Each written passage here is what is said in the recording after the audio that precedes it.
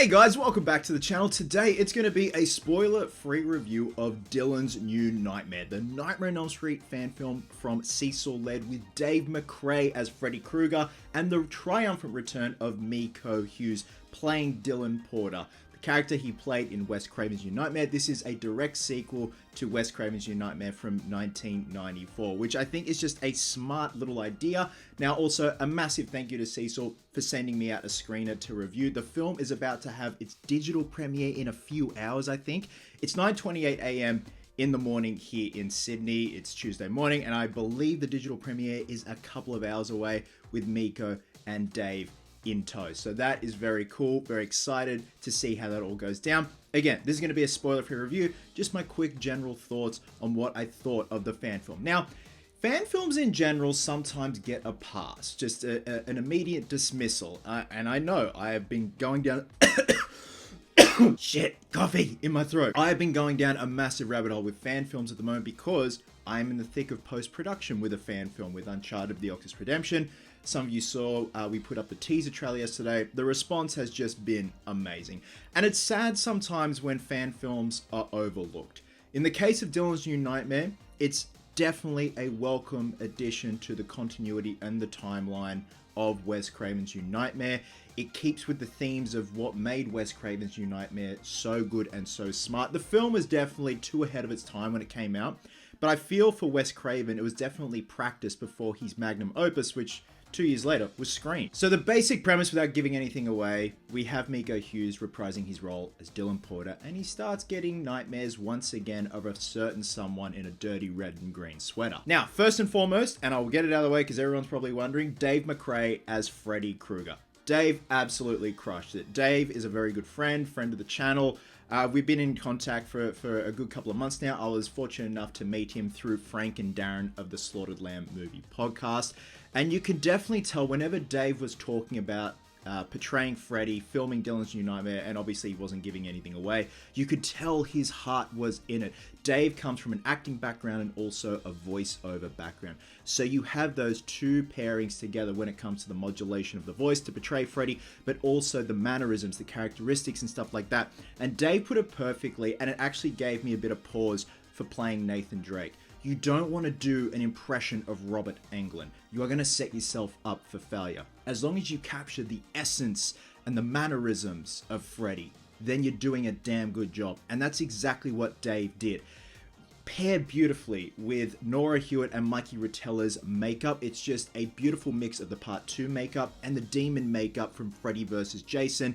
It's lit so beautifully, and Dave acts the shit out of that makeup, paired with a great looking costume that is very reminiscent of the Wes Craven's New Nightmare costume with the trench coat, the green hat, but this time it's a lot more of a soiled take on Freddy, which is what I like. And that's my biggest gripe with Wes Craven's New Nightmare. I would have loved to have seen that look of Freddy just disgusting, weathered, falling apart, decrepit. And I definitely am at peace with how that looks in Dylan's New Nightmare. It's just a great little take on what was started in 1994. But Dave as Freddy, absolutely wonderful.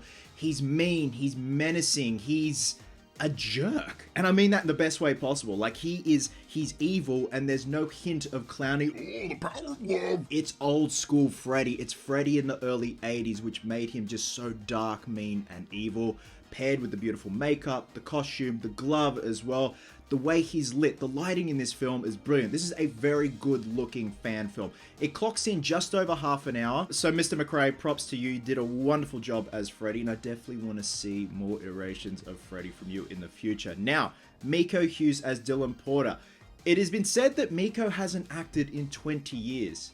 And I would have thought otherwise. He was brilliant in this. He goes to some dark places in this film, and it just feels like nothing's changed. He's just picked right up where he left off 20 years ago, and he's great in the film. Again, he has to hit some really extreme acting notes in this film, and you can tell, like, he's gone to some dark places in this film. The intensity in his eyes, it's wonderful. And again, the storyline itself is wonderful, and it keeps with the themes of Wes Craven's New Nightmare, whether it be earthquakes and stuff like that. And again, not getting into major spoilers, but there are some wonderful surprises in this. And the ending, I'm not gonna lie, I got the shits.